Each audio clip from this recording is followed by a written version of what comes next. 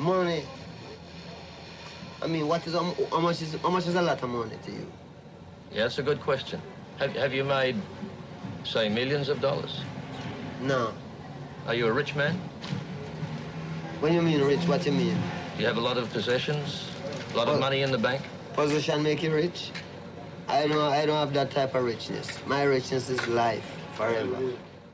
Yeah, Jamaican people play it. Yeah, it's like a musician from Jamaica play that music, you know? And like a musician from, you might find a black musician from America play the funk or blues, you know? And people only play reggae music. Can it be copied quite successfully outside of Jamaica? Well, you see, where I feel about the music, it can be copied, you know? But it's not copied to it. It's the feel. You know, it carry a feel where if you ask plenty musicians, them know it, but them can't do it. So people still searching for this truth here, which this reggae music, you know, bring across to them, and the only purpose it serves is to tell the people about Rastafari. Did you always intend being just a reggae musician, or had you played rock music and soul music before? In a sense, I really listen to a lot of music, you know. I mean, the first time, just to listen to music that play on the radio. Not that we couldn't afford to buy records, so we listen to the radio. And anything the radio play is that we hear. So I wasn't really into them things. I was really into, like, I call it spiritual music, you know, till it get more revolutionized, you know. How long have you been a Rasta? Well, I've been a Rasta from ever since, you know, but it's not how long I've been a Rasta, it's how long it takes you to grow up. Because what he is what he is from the beginning to the end. You can never change, because if you even adapt things later out, you won't filter right out. So we're just Rasta from creation, you know. It's not an easy thing to explain in an educated standard way. Still you have people who can do it. But me is a common sense man. That means when me explain things, me explain it in a very simple way. That means if I explain it to a baby, the baby will understand too, you know. So we say now, like the Bible says, God same shall return as the King of Kings, the Lord of Lords, the conqueror Lion of a tribe of Judah. And him shall come in a new name. And this new name shall be dreadful among the heathen. How important are the dreadlocks? This? Is that this part is my of being identity, a Rasta? man. Yeah, this is my identity. Do you have to have dreadlocks if you're a Rasta? But if he's a Rasta, then you wouldn't see why you shouldn't have it, because then you don't know freedom is freedom and you don't have to bow, you do whatever you like. But it's not a thing to say, well, I would like to be a Rasta, but I wouldn't like to have this. You dig? Mm. It can't be a thing like that. It have to be a fullness where you yourself know that it's God creator and I don't want no life, no obligation. That means you own man. That's the first time you own yourself. You do what you want to do. Anything people want to say about you, you don't care, because, you know what I mean? Even them who say it still have a comeback, you see them have to do the same thing. The more you accept herbs, the more you accept Rastafari. You dig what I say? We who accept herb is important, but herb is more important to the people who don't accept it yet, because that is the reality. I mean, it's not so well then, so well then it's something that you crave, but you check it in your sense and say, herb is a plant. I mean, herbs are good for everything. Why these people who want to do so much good for everyone, who call themselves governments and this and that, why them say you must not use the herb? You see? And we check that and we can't find we just see them just say, no, you mustn't use it because it make you rebel. Against what? Against men who won't crave, because them crave for the things like say, well then, them have some material things and them want to captivate your mind and tell you, say, well, you have to work and put you on pension and him keep it all. So Herb make you look for yourself, and instead of you want to work for the man, you want to be one of the man too. Not in the sense of how him is, but in the sense of why should you have to bow to these things. Do you have to smoke to be a Rasta? No, man. But in this time, I mean, like, for instance, you're reaching a sense where you're strong enough, can take a little smoke. So when all them car pass, although you live in the city, you don't hear it because you're thinking. Differently if you just live so. Then, you know what I mean, the whole world confused you and you're worried and you don't have no time to think. And herb is that thing that give you a little time for yourself so you can live, if you use it. What about alcohol? Alcohol make you drunk, man. It don't make you meditate, it just make you drunk. When you drink alcohol, you don't meditate. You're more get-headed. Herb is more a consciousness. Bob Marley was born Robert Nestor Marley in the small village of 9 Mile, St Anne Parish, Jamaica, on February 6, 1945. From the very beginning, his life was a study in contrasts. His mother, Cedella Booker, was a devout, hard-working woman of Afro-Jamaican descent. His father, Norval Sinclair Marley, was a white Jamaican of English ancestry, a man who worked as a military officer and a supervisor on a local estate. Norval's presence in young Bob's life was limited, leaving Marley to be shaped primarily by his mother, his grandmother, and the environment of rural Jamaica, a land vibrant with music, storytelling, and social complexity. The interplay of these influences, poverty and resilience, music and struggle, spirituality and social observation, would come to define Marley's worldview and the artistry that he would later channel to the entire world. From an early age, Marley displayed an unusual sensitivity and awareness. He gravitated toward rhythm and melody, listening to local sounds and experimenting with instruments and song. The streets of 9 Mile, the small-town culture, the pervasive sense of both hardship and community, all of it became ingrained in him. Music was not merely entertainment, it was a vehicle for expression, a lens through which he could interpret life's injustices, joys, and contradictions. By his early teens, Marley had begun to pursue a career in music seriously, influenced by American R&B, ska, and the rich traditions of Jamaican folk music. The formation of the Wailers in the early 1960s marked a turning point. Alongside Peter Tosh and Bunny Wailer, Marley fused traditional rhythms with innovative lyrics, blending social commentary, spiritual reflection, and storytelling into a style that would come to define reggae. Their early work captured attention locally, but it was a combination of relentless touring, sheer talent, and strategic collaborations that brought them to the global stage. Marley's charisma was central. His voice carried both the intimacy of personal experience and the power of universal message.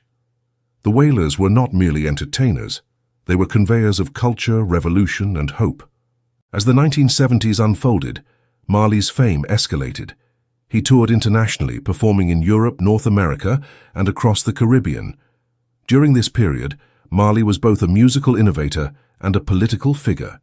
He recognized the power of his platform and used it to address inequality, oppression, and human rights issues. Songs like Get Up, Stand Up, War and Redemption Song were not mere compositions. They were manifestos, reflections of a world struggling with injustice.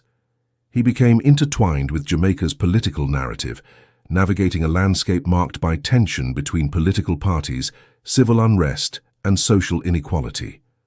Despite, or perhaps because of, the intensity of the environment, Marley remained committed to using music as a tool for unity and awareness. Yet the public image of Marley as an unstoppable force masked the strains of his life behind the scenes. The demands of touring were relentless. Long hours, constant travel, and a grueling schedule were compounded by the pressures of celebrity and the responsibility Marley felt toward the messages he carried. Accounts from band members and those close to him describe a man of extraordinary discipline and commitment, but also one who sometimes neglected his own well-being in pursuit of his mission. Marley's personal life, too, was complicated. Relationships, family responsibilities, and the expectations of both the public and private spheres created a tension that he navigated with care, though not without struggle. In these early chapters of his life, Marley was already cultivating the qualities that would make him a legend: resilience, vision, and a deep, unshakable connection to his roots. His music, informed by personal experience and societal observation, transcended the boundaries of Jamaica and spoke to the world. Marley's rise was meteoric, yet it was grounded in authenticity. He did not merely adopt the trappings of fame, he carried the history, struggles, and aspirations of his people, embedding them in his work. By the late 1970s, Bob Marley was more than a musician. He had become an icon, a figure whose image symbolized hope, resistance, and the transcendent power of art. Yet the foundations of his legend were built on a delicate balance: relentless work ethic, unyielding belief in his mission, and the raw humanity that resonated in his music. The same qualities that fueled his extraordinary rise would later play a critical role in the narrative of his illness and death. The seeds of struggle, resilience, and determination were planted early, and they would define the trajectory of his life in ways that extended far beyond the stages he commanded and the audiences he inspired. By the time Marley had achieved global fame, he had become an almost mythic figure. The very circumstances that had shaped his childhood, the intersection of hardship, music, spirituality, and social consciousness, remained central to who he was. Fame did not distance him from his roots, it magnified them. Marley's voice, once a product of a small Jamaican village, now reached millions, carrying a message both personal and universal. His rise was a story of extraordinary talent meeting relentless determination, but it was also a story of a man who, despite his power and influence, remained profoundly human. The humanity that made Marley relatable also left him vulnerable, a vulnerability that would become tragically apparent in the years to follow. Even at the height of his fame, Bob Marley remained a man defined not just by music, but by his physical presence and vitality. His body, once seemingly inexhaustible, was now beginning to signal warnings that would ultimately mark the beginning of his final chapter. In 1977, during a friendly soccer match, a sport Marley loved passionately, he injured his toe. At first, it seemed a minor setback, barely worth noting amidst the whirlwind of tours, recording sessions, and public appearances. Yet this small injury would prove to be the first visible sign of a far more serious threat: malignant melanoma, a rare but aggressive form of skin cancer. Malignant melanoma, a cancer that originates in pigment-producing cells, is notorious for its ability to spread silently to other parts of the body if left untreated. In Marley's case, the cancer first appeared under the nail of his big toe, a location both unusual and easily overlooked. Doctors at the time delivered the diagnosis. The tumor was malignant and left untreated. It could, and eventually would, spread. Marley, guided by his Rastafarian beliefs, hesitated to pursue conventional treatments. The conflict between medical advice and spiritual adherence created a precarious balance, one that would define his final years.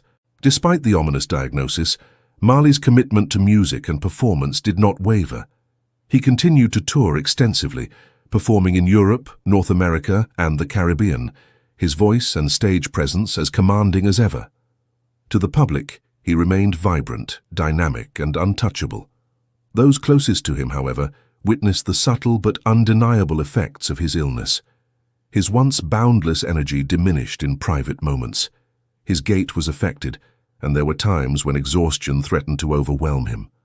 Marley, ever resilient, pushed forward, refusing to allow the disease to dominate his narrative or his work. During this period, Marley sought a variety of treatments aligned with his personal beliefs and lifestyle. He experimented with herbal remedies, nutritional regimens, and therapies designed to support the body's natural defenses. These treatments, while reflecting his spiritual and cultural commitments, were insufficient to halt the aggressive spread of melanoma.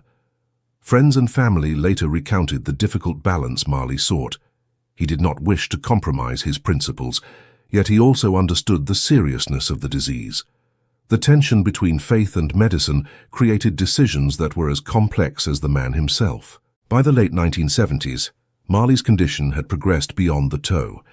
The cancer metastasized, silently infiltrating vital organs, including the lungs, liver, and brain. Physicians who treated him in Miami observed the severity of his illness, noting that aggressive intervention was necessary to provide any chance of prolonging life. Marley's choices, however, continued to reflect his philosophy of living on his own terms. Surgery and chemotherapy were options, but he approached them with caution and skepticism. His spiritual convictions, coupled with a desire to maintain dignity and control, shaped the path he ultimately followed, a path that, while understandable in the context of his beliefs, left him vulnerable to the relentless advance of the disease. Even as his health deteriorated, Marley's dedication to music did not falter. Recordings, studio sessions, and tours continued despite his declining condition. Observers noted the contradiction inherent in his final years, a man whose physical form was faltering, yet whose creative and spiritual energy remained undiminished. He pushed through pain, exhaustion, and the physical limitations imposed by cancer, delivering performances that, to audiences, seemed nothing short of miraculous. Yet behind the scenes, Marley faced a reality that could not be ignored. The disease was progressing, and time was finite. The public perception of Marley as a nearly indestructible figure contrasted sharply with the private reality of his illness.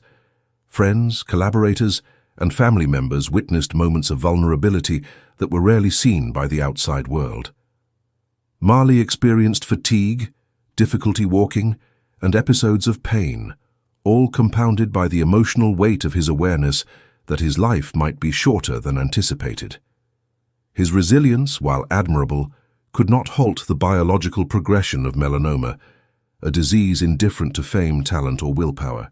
In 1980, the seriousness of Marley's condition prompted travel to specialized clinics in the United States. He sought care in Miami, where physicians attempted to manage the advanced stages of melanoma. The treatments administered were primarily palliative, aimed at reducing pain and maintaining some degree of comfort. Marley's response to these interventions reflected both his physical resilience and his mental fortitude. He accepted assistance, yet he maintained control over the decisions regarding his care. Observers later described this period as marked by a profound awareness of mortality, tempered by an enduring commitment to family, music, and spiritual beliefs. As Marley's body succumbed to the disease, speculation and controversy began to circulate. Some argued that earlier detection or more aggressive treatment could have altered the outcome. Others suggested that Marley's adherence to alternative therapies, while spiritually meaningful, limited the effectiveness of conventional medical interventions. A variety of theories emerged, some suggesting external pressures, political, commercial, or otherwise, may have influenced decisions surrounding his care. While these claims remain largely speculative, they underscore the enduring fascination with Marley's life and death, reflecting a desire to understand how a man of such immense vitality could be brought low by a disease that many might perceive as preventable or treatable. Throughout his illness, Marley remained deeply connected to his work and his family. He expressed a continued commitment to his music, recording final sessions that would later be released posthumously. He also devoted time to his children and loved ones, imparting wisdom, love, and guidance even as his health failed. Observers noted a serene acceptance in Marley, a recognition of mortality coupled with an unyielding desire to leave behind a meaningful legacy. The juxtaposition of this spiritual and emotional resilience with the physical toll of illness created a complex portrait, a man simultaneously weakened and yet profoundly empowered by his convictions, creativity, and humanity. Marley's final months were marked by quiet struggle and determined presence. His public appearances became increasingly rare, and private moments with family and close friends grew more significant. In these intimate settings, he was candid about the realities of his condition, reflecting a level of acceptance and courage that would define his final chapter. The inevitability of death was not ignored. Rather, it was met with awareness, dignity, and a commitment to continue living meaningfully for as long as possible. By early 1981, it had become clear that Marley's battle with melanoma was nearing its conclusion. The cancer had progressed beyond the possibility of reversal, and medical interventions could only provide limited relief. Yet even in the face of terminal illness, Marley's focus remained on music, family, and spiritual practice. He continued to encourage those around him, offering insight, guidance, and inspiration despite the pain he endured. The contrast between his declining physical state and his vibrant inner life created a narrative both tragic and profoundly human, a narrative that would resonate for decades after his passing. The final weeks of Marley's life were characterized by a combination of palliative care, spiritual reflection, and preparation for the inevitable. He traveled when necessary, communicated with family and collaborators, and attended to both personal and professional matters. Marley's approach to this period reflected the same determination and authenticity that had defined his life.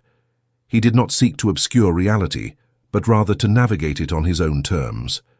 His awareness of mortality did not diminish his identity.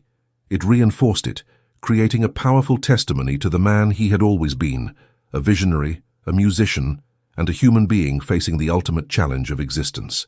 On May 11, 1981, Bob Marley passed away at the age of 36. The official cause of death was complications from malignant melanoma, a disease that had begun quietly in a small toe and had spread relentlessly throughout his body. While the medical explanation is clear, the context of his life, beliefs, and choices provides a more complex understanding. Marley's death was not merely a biological event. It was the culmination of a life lived fully, fiercely, and according to principles that often prioritized spiritual and personal integrity over conventional medical intervention. Even as speculation and controversy have surrounded his death, the central truth remains. Marley confronted a formidable disease with courage, awareness, and resilience. His approach to illness reflected the same qualities that had defined his rise to legend: determination, authenticity, and an unshakable commitment to living on his own terms. The shadow of illness did not define Marley in life or in death. It illuminated the depth of his character, the strength of his convictions, and the enduring power of his humanity. Bob Marley's death on May 11, 1981, marked the end of a life that had transcended the ordinary, yet it also marked the beginning of an enduring enigma. Though the official cause was complications from malignant melanoma, the circumstances surrounding his decline and passing generated a cloud of speculation and controversy that continues to captivate historians, fans, and conspiracy theorists alike. Marley's final days were quiet yet deliberate, a mixture of palliative care, reflection, and attempts to maintain control over the narrative of his own life. Even as the body weakened, his presence remained commanding in subtle ways, a testament to the enduring spirit that had propelled him to global acclaim. Family accounts describe a man who, despite intense physical suffering, remained acutely aware of his surroundings and his responsibilities. Marley spent time with his children, offering guidance, love, and reassurance, and he met with collaborators to ensure that his music would continue to resonate beyond his immediate presence. In private moments, he reflected on the trajectory of his life, the influence of his work, and the responsibility that came with fame. These reflections, deeply personal yet universally human, reveal a man who approached mortality not with fear, but with the measured acceptance of someone who had lived fully and on his own terms. The public's response to Marley's death was immediate and profound. News of the passing of a 36-year-old global icon spread quickly, sparking grief, mourning, and reflection around the world. Fans, musicians, and political leaders alike recognized that Marley's impact extended far beyond music. He had become a symbol of hope, resilience, and social consciousness. His funeral, attended by thousands in Jamaica and observed internationally, was both a tribute and a celebration, a recognition of a life that had inspired, challenged and unified people across cultures and continents. Yet alongside the grief arose questions, some practical, some speculative. Could Marley have survived with earlier detection or alternative treatments?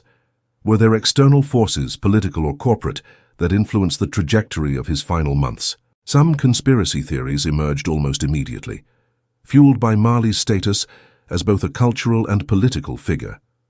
In Jamaica, his music had intersected with political tensions, including a near-fatal assassination attempt in 1976.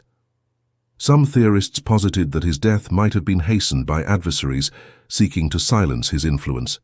Others suggested that pharmaceutical or medical institutions had withheld treatments, or that his adherence to alternative therapies had left him unnecessarily vulnerable. While there is little concrete evidence to support these claims, they reflect the enduring fascination with Marley's life and the human tendency to search for deeper meaning behind tragedy. These speculations underscore a broader truth. Marley's life and death are inseparable from the cultural and political context in which he lived, a world in which a single man's voice carried extraordinary weight. Medical records and accounts from physicians who treated Marley provide a more grounded understanding of his death. Malignant melanoma, particularly when it metastasizes to vital organs, is a disease with a high mortality rate. In Marley's case, the tumor's origin under his toenail, a location often overlooked, allowed the disease to progress silently for years. By the time the cancer was detected and interventions pursued, it had already spread extensively. Despite the best efforts of medical professionals, Marley's physical resilience could not counter the biological reality. His death, though tragic, was consistent with the natural course of untreated or late-stage melanoma. Yet Marley's final chapter cannot be understood solely through a medical lens. His personal choices, shaped by faith, culture, and conviction, were instrumental in determining the course of his decline. Marley's Rastafarian beliefs emphasized spiritual harmony and natural living, which influenced his approach to medical care. His desire to remain faithful to his principles, even in the face of life-threatening illness, illustrates a fundamental aspect of his character, a commitment to authenticity and autonomy. In this light, Marley's death becomes not merely an end point, but a reflection of the life he led, a life that prioritized meaning, integrity, and personal philosophy over conformity or convenience. In the years following his death, Marley's influence has only deepened. His music continues to resonate with new generations, his lyrics a source of inspiration and reflection. Songs like Redemption Song and One Love serve not only as artistic achievements, but as enduring messages of resistance, unity, and hope.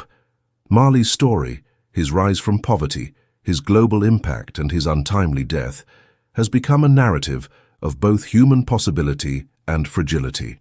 Scholars, biographers, and journalists continue to study his life, parsing the interplay between culture, politics, and personal choice to understand the man behind the legend. Marley's family has also worked diligently to preserve his legacy, ensuring that his music, philosophies, and message remain accessible and influential. His children, many of whom have pursued musical careers themselves, continue to champion his ideals, blending artistry with activism.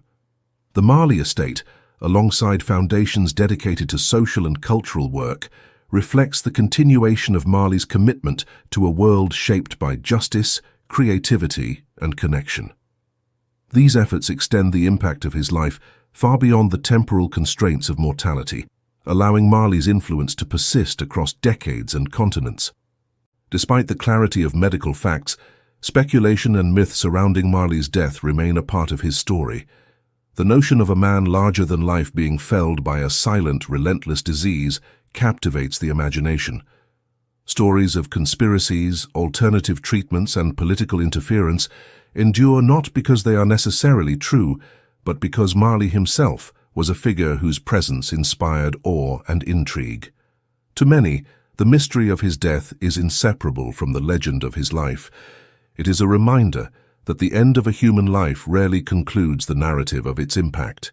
Ultimately, Bob Marley's death is a testament to both vulnerability and resilience. It illustrates the limits of human biology while simultaneously showcasing the capacity for spirit, creativity, and influence to transcend physical decline. Marley's final years reveal a man navigating the delicate balance between principle and survival, between action and acceptance, and between mortality and legacy. His story challenges simplistic notions of life and death, reminding observers that a full understanding of a life lived requires attention not only to its endpoint, but to the choices, struggles, and triumphs that precede it. Marley's legacy extends beyond music into culture, social consciousness, and identity. His name has become synonymous with resistance, hope, and unity, a symbol of what an individual can achieve when talent, purpose, and conviction converge. Even decades after his death, the reverberations of his work are felt in social movements, artistic expression, and popular consciousness. In death, as in life, Marley's story is one of complexity, nuance, and enduring significance. The truth behind Bob Marley's death is both simple and profound. Medically, he succumbed to malignant melanoma. Personally and philosophically, he faced his mortality with dignity, agency, and awareness. Culturally, his passing reinforced the legend he had built, inviting reflection, speculation, and reverence. Marley's story demonstrates that the measure of a life is not only in its length, but in the resonance of its actions, the authenticity of its convictions, and the inspiration it leaves for those who follow. His death, tragic yet emblematic, serves as a final chapter in a narrative defined by music, spirituality, resilience, and the unyielding pursuit of meaning. Bob Marley's life and death, inseparable yet distinct, continue to captivate the imagination.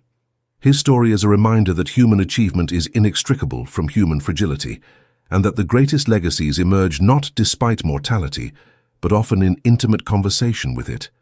The music he left behind, the lives he touched, and the ideals he championed constitute an enduring testament to the extraordinary life of a man whose voice continues to echo long after his final breath.